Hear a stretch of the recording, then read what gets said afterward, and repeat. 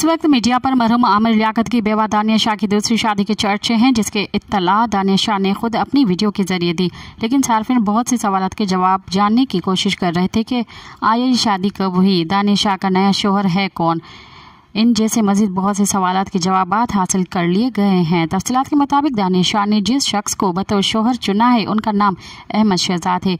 हैरानकुन तौर पर अहमद शहजाद की ये चौथी शादी है। अपनी चौथी शादी पर गुफ्तगू करते हुए अहमद शहजाद का कहना था कि हमारे माशरे में औरत की दूसरी शादी को जुर्म समझा जाता है। मैं शादी को अल्लाह की रहमत समझता हूँ। वो दानिया शाह से मेरी चौथी शादी है और मुझे किसी की कोई परवाह नहीं। दानिया के शोहर ने इंकशाफ किया है कि ये निकाह दानिया के वालिद की ज़िंदगी में हुआ था और अब वो इंतकाल कर चुके हैं।